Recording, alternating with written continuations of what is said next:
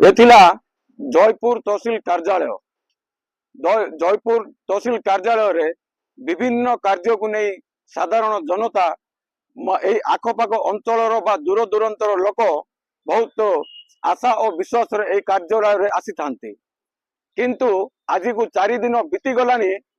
Current रो सुविधा नाई एवं जो अधिकारी माने दायित्व रे अछंती सेमानंको पाखरे जेतेबेले जन्मगत प्रमाण पत्र हो बा मृत्युर प्रमाण पत्र हो किंबा रेसिडेंस प्रमाण पत्र हो जातिगत प्रमाण पत्र पई बहुत छात्र छात्री एवं तांकर पितामाता मध्य एही कार्यालय को आसी फिर जाउचंती। जो अधिकारी माने दायित्व रे रहउचंती सेमाने केवल गोटे ही प्रश्नर उत्तर देउचंती आमे किछि जानि ना। तो एठी जो तहसील कार्यालय अछि तहसीलदार मध्य कोन पई उपस्थित रहउ नांती एवं अतिरिक्त तहसीलदार मध्य बा सुपरवाइजर मध्य रहिबा कथा कोन पई रहउ नांती। एठी पई दायी के आ साधारण जो जनतांको बा साधारण जो छात्र छात्री माने जो आसंता किछि दिन मध्य रे सेमानंको विद्यालय बा महाविद्यालय रे जो प्रमाण पत्र गुडी को ताको सबमिट करा दिबार जो तारीख दिया जाइथिला से दिन मध्य रे कोन बोली तांको उत्तर देबे ताहा पई दायी के एठी पई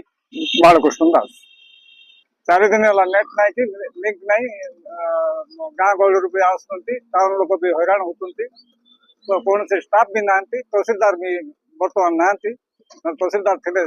आम कौन सी आपत्ति अभियोग कर कौन सी छोटिया मोटिया कम लोक कास्ट सर्टिफिकेट रेसिडेंस सर्टिफिकेट ये पिला जॉइन करेंगे किए चाकरी करने को ये सब आसिक फेरिकी जाऊँच ये बुझा लोक ना ये कौन से स्टाफ कहले आम कि जानी ना बोल कहते टाउन ये पुराना तहसील थिला सेठी टिके डरिकी कौन काम धाम करते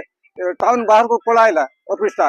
ये मनमुखी शासन चल प्रशासन लोग किसी ये ना कि राजनीति लोक भी किसी ये ना। तो बर्तमान सरकार भी अवहेलित ये अतिरिक्त तहसीलदार मान भी ना तहसीलदार ना सुपरवाइजर भी ना समस्त कर्मी फिल्ड को जाइछन्ती फील्ड एरिया लोक सत कथा फील्ड एरिया लोक ये बुझिकी तो ऑफिस को आसिक आगे इठर भल मंद बुझिकी फील्ड को जाइछन्ते जते बेले देखले फील्ड को जाइछन्ती काम केमती हम लोक बहुत असुविधा ये होती टाउन लोक तो असुविधा भोगुंट गाँ गहली पंचायत एरिया जो लोक मैंने आसुँच किए 30 किलोमीटर किए 20 किलोमीटर किए 15 किलोमीटर आसुँच से मन छोटिया मन करके